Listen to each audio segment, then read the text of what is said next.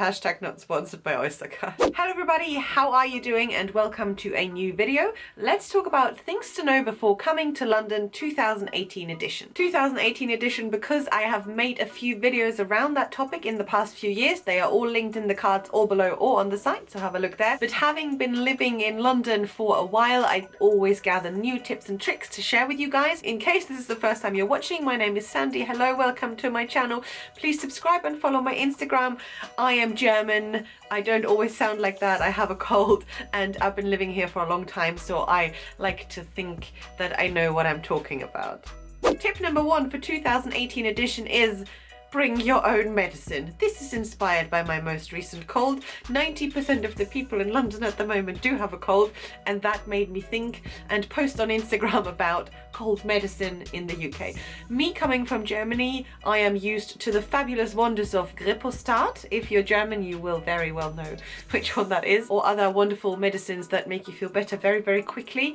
And this might be my observation as a foreigner, I don't know, but in the last 10 years I have felt that cold medicine in particular is not the same as in Germany and as in other European countries. So if you're coming from Europe, do bring your own favorite cold medicine, cough syrups, Start. Bring a huge amount of Start, as much as it's legal before you come, because it will help you. Tip number 2 for this time around is London is big. Every journey takes on average 40 minutes.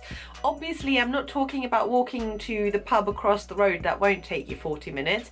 But if you're planning to take the tube, in general, on average, calculate 40 minutes to get from A to B. This is actually something I did not notice, but a lot of my friends that have arrived in London did notice, because they are maybe from much smaller towns, and for them 40 minutes drive in a car is a very long distance. Whereas if you ask me, is 40 minutes long distance in London?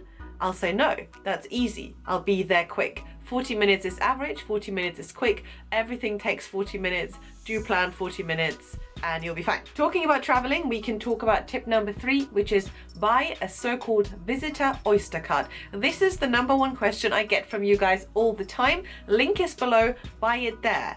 The link is below, click and buy it. It will save your life, and it will save your time, and it will save other people's time, and you don't have to queue in the tube stop and make everyone wait. So buy a visitor Oyster Cart before you come and you're sorted. It's easy. It's the cheapest way to travel. Do not be fooled by any other offers. Do buy a visitor Oyster Cart. Hashtag not sponsored by Oyster Cart. Tip number 4 is one that is very, very important to me personally. Londoners are friendly. Now, the rest of the country seems to think that we are not, but that is not true. We are always rushing. That's very true. We always need to get from A to B in 40 minutes. And we are rushing a lot. People have to commute. People have to go to dates. People have to go see their friends and go to work, and everything takes 40 minutes. So it's busy. But it doesn't mean that we are unfriendly. We are just busy and we're rushing. If you stop any Londoner in the middle of the street and say, sorry, I'm really lost. I'm new here. I don't know where, I don't know, Covent Garden is. Can you help me? 99% of the people will smile, stop, and tell you exactly where to go. And they'll say, have a good day, mate. So you'll say, thank you, mate. And then you'll leave. So Londoners are friendly. Do not be afraid to ask them. They are friendly. The amount of stories I have about amazing Londoners, I could probably actually make another video about that. Tip number 5 is actually a really important one. I get this question all the time. So if you have a Facebook account or an Instagram account, do follow companies like @Visit London, @Secret London, @Time Out London, and @Londonist.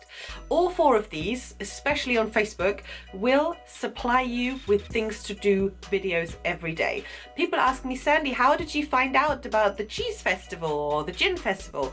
And I say, well, it was on my Facebook feed, because I follow these 4-ish companies and they literally supply me every day with new events. You'll find out before the cheese festival or the Prosecco festival or the pizza festival is coming to London far in advance. You can buy tickets and have amazing London times with your friends. So in terms of things to do, this is my number 1 tip. Then also number 6 is, I think, a very obvious one. I think I've spoken about it a few times in the past. on the escalator of the tube, do stand on the right. It's very important. The main reason is to avoid your own stress, because people will, you know, push past you and they say, excuse me, excuse me, excuse me, because they're rushing, not because they're unfriendly, remember? And also do queue. There's queues everywhere. They're there for a reason. I know us Germans, we kind of like to try and skip queues because we feel we were there before, but then the queue wasn't there and things like that. Do not skip the queue. Do join the queue to avoid stress, and you know, it's just easier, and everyone here queues beautifully. So let's appreciate the ability of British people's queuing systems. Wonderful, love it, great, do it. And then I guess a final quick tip is not a new one. London is expensive. I just wanted to mention that because a lot of people ask me. I've made a video about how to save money in London, so that will help you as well. It's a good video you can watch after this one, and then you should be ready for your visit or move to London. I would hope so.